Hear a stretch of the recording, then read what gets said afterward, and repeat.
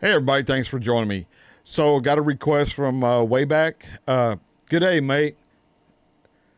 The last request was a fair dinkum ripper. So I don't know. That might have sounded a little bit more British than it did Australian. I'm not sure. Um, anyway, uh, so what we're doing here is the disappearance of Harold Holt, and this is what Greg says. He says the disappearance of the Australian Prime Minister Harold Holt on the 17th December of 1967. It was in a very peculiar circumstance at the time. Many said he drowned while swimming at Cheviot Beach, a Port Sea surf beach. It's just near Greg, way back. He says shark attack. Was it a heart attack while swimming?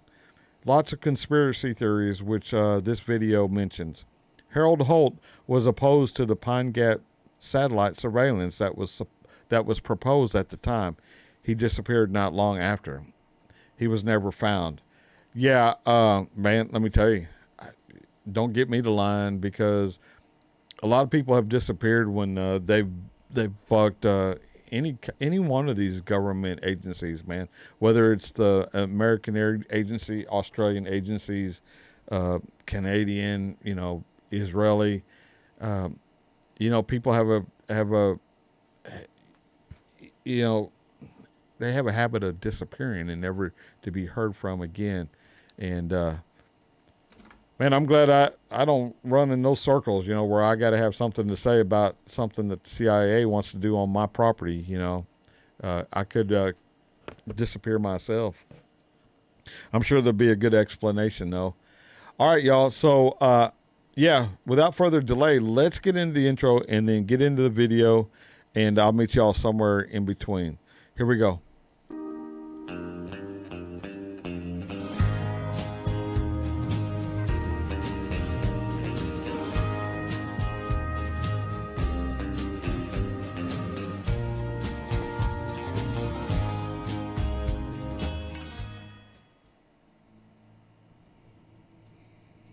It was Sunday, 17th of December, 1967. The weather was hot and humid. The Australian Prime Minister, Harold Holt, was enjoying a weekend away at his beachside home in Portsea, Victoria. Along with Alan Stewart, Marjorie Gillespie, Vina Gillespie, and Robert Simpson, Holt was awaiting the arrival of Alec Rose, who was attempting to sail around the world on his yacht, the Lively Lady. Rose was set to arrive at Port Phillip Bay that day, but this would never eventuate, so the group decided to head home. Holt, on the other hand, suggested they take a quick swim at Cheviot Bay before they go to lunch. This would be the last time the Australian Prime Minister would ever be seen again. Following the retirement of Robert Menzies in 1966, Harold Holt assumed the prime ministerial role on January 26, 1966. He was the obvious predecessor to Menzies, representing the views of a new generation of Australians. From an early age, Holt was viewed as a talented politician with a promising career. In 1935, at the age of 27, Holt was elected into Parliament, making him the youngest politician of his time. He enjoyed a long career representing the seat of Fawkner before becoming the nation's treasurer in 1958. His experience in this role ensured he would become the 17th Prime Minister of Australia in 1966. His political career aside, Holt enjoyed an active lifestyle, partaking in golf and tennis in his spare time. His biggest passion, however, was spearfishing. Holt served as Prime Minister at a time when private life and public life were largely separated. He could indulge in these passions without the hassle of a nagging press and public. His beach house in Portsea on the Mornington Peninsula provided him and his wife a place to relax and get away from politics. But most of all, it meant Holt could go diving off the coast of Point Nepean at Cheviot Beach. Cheviot Beach was said to be Holt's favourite place to spearfish. The waters were rough and the currents were strong, but Holt almost relished the challenge and went there as often as he could. In fact, on several occasions, Holt came close to drowning, but it never deterred him from getting back in the water. He was an avid spearfisher and saw it as a necessary part of his life. He would even think about it during his time in Parliament, practicing his ability to hold his breath during debates. According to those close to him, Holt did not fear death, rather expected it, and this can explain his enthusiastic nature for a sport many would not dare to try. Unfortunately, his fearless attitude would play a role in his unfortunate demise.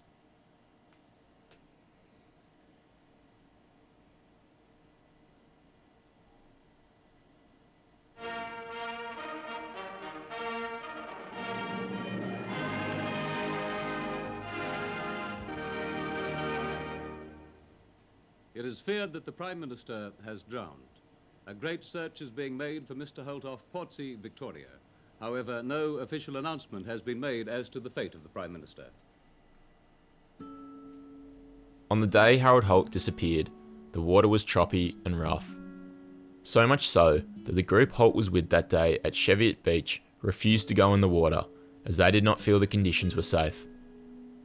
Ever the risk taker, Holt ran into the water and began to swim around. It was not long before Marjorie noticed Holt was being swept out by the strong ocean currents.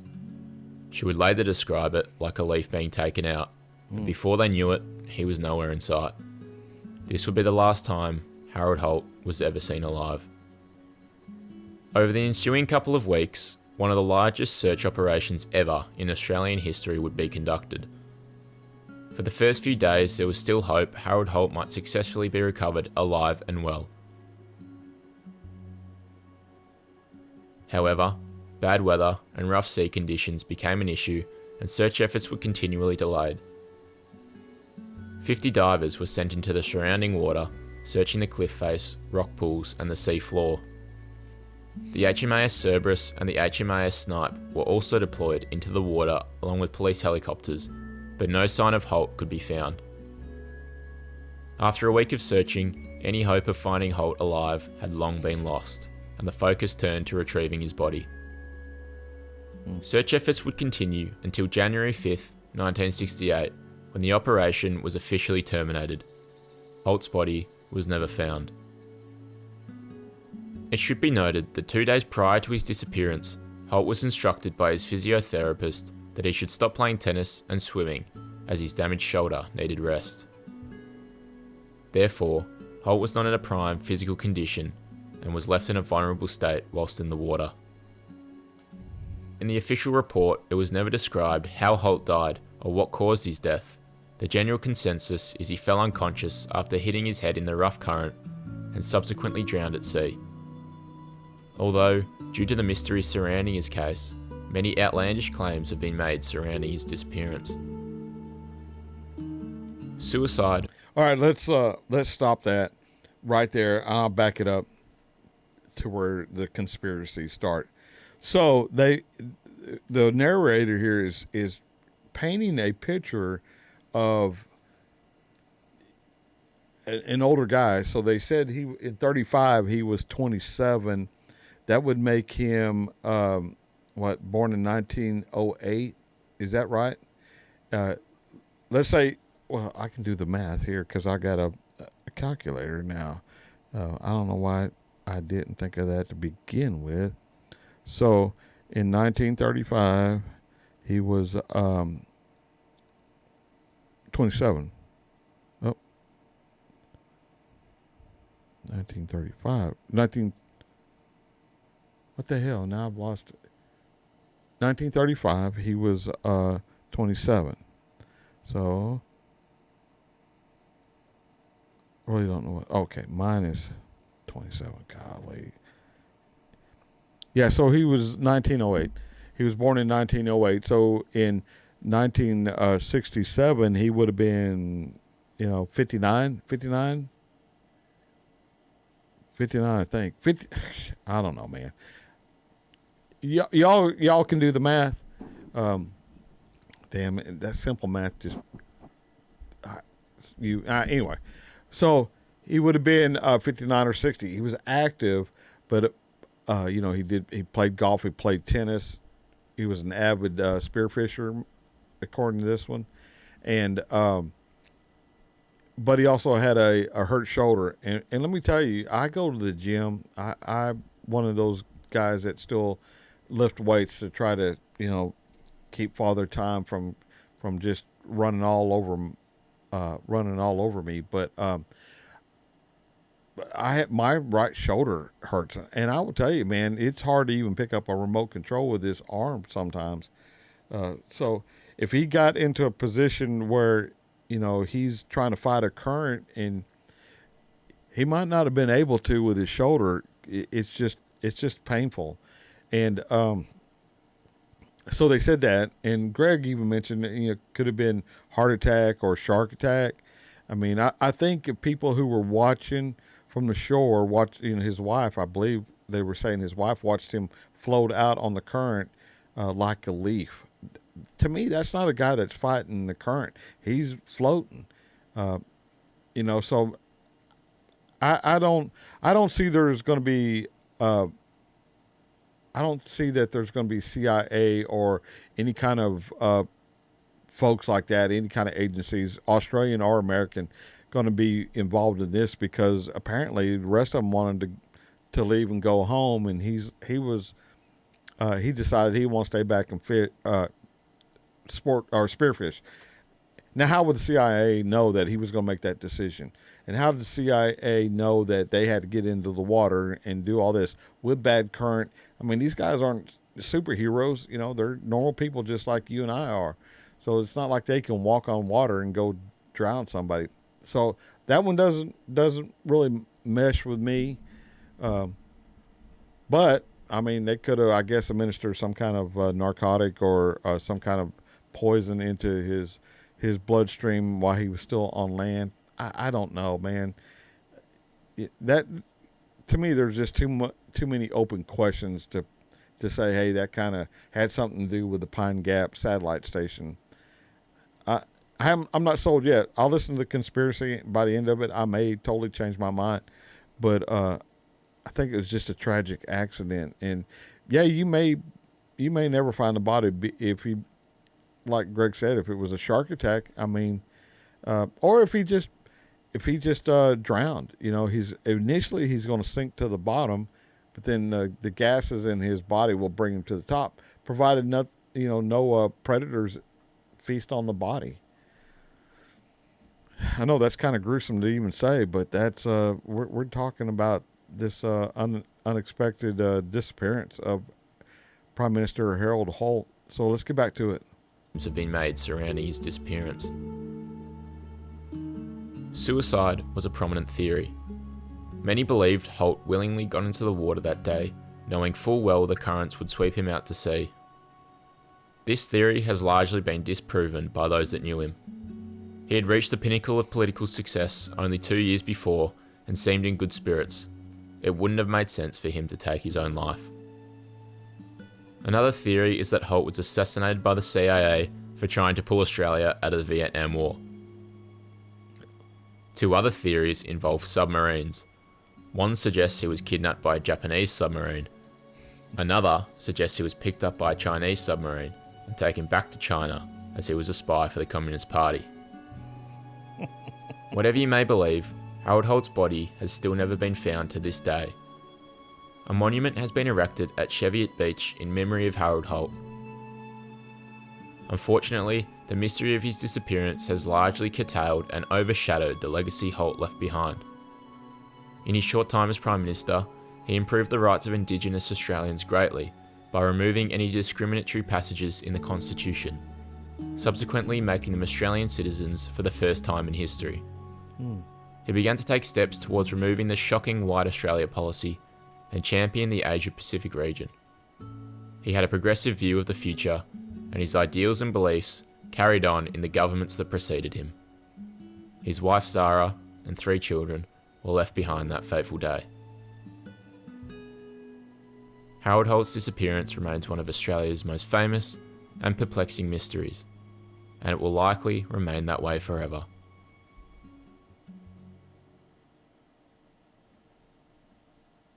Okay. So the conspiracy thing, let's talk about that. I don't buy the submarine portion of this. They said that that was bad currents. You know, submarines are boats, underwater or above water. They're boats, and bad currents are not really cool for submarines. And they said it could possibly be a Japanese submarine or Chinese submarine in the 60s. Why? You know, uh, they mentioned he could have been a Chinese spy, but why would the Japanese want to pick up a undercover Chinese spy that's lived in Australia his whole entire life? Like they said, he's at the pinnacle of his political career, and you know, maybe the CIA did it not because of the Pine Gap satellite surveillance thing, but more so because he was champion trying to get the Australian troops out of Vietnam, and the United States uh, didn't like that. They wanted the Australian troops to be in there with them for reasons only those idiots knew back in the 60s. So I'm not I'm you know, it's hard to get me to go with conspiracies, but it's got to make some kind of sense. But let's talk about the suicide one for just a second. Let me point out something that came to my little brain, and it's, you know, I talked about Robin Williams before being just this, you know, he's at the top of his career in acting, and he was a comedian, and he literally had the world at his feet, and he hung himself. You know, people would say he was in good spirits, like what they're saying here with Mr. Holt. Anthony Bourdain, same way, man. Everybody just thought, you know, hey, he's got the world by the tail, and he's in good spirits. You know, they just were shocked when he himself, you know, took his life. So, I mean, how much do we really know? Robin Williams was married and had kids. Uh, it didn't it didn't keep him from doing what he did. And so, do we really know? I mean, do y'all know this guy? I mean, his wife knows him. You know, he could have hid all this from his wife. You know, his inner demons. We don't know, but I think it could have either been a medical episode. You know, where his shoulder hurt, or where, like Greg had mentioned, he could have had a cardiac, some kind of health issue that happened, and you know, just couldn't keep himself. He could keep himself afloat, but he couldn't beat the current, and he got swept out. And you know, that only lasts so long until, unfortunately, you know, what a way to go though. But yeah, that's my take on it. So that was a pretty interesting documentary on your prime minister there. So maybe someday they'll figure it out. I don't know, man. I'd be curious to see how close I got. All right, y'all.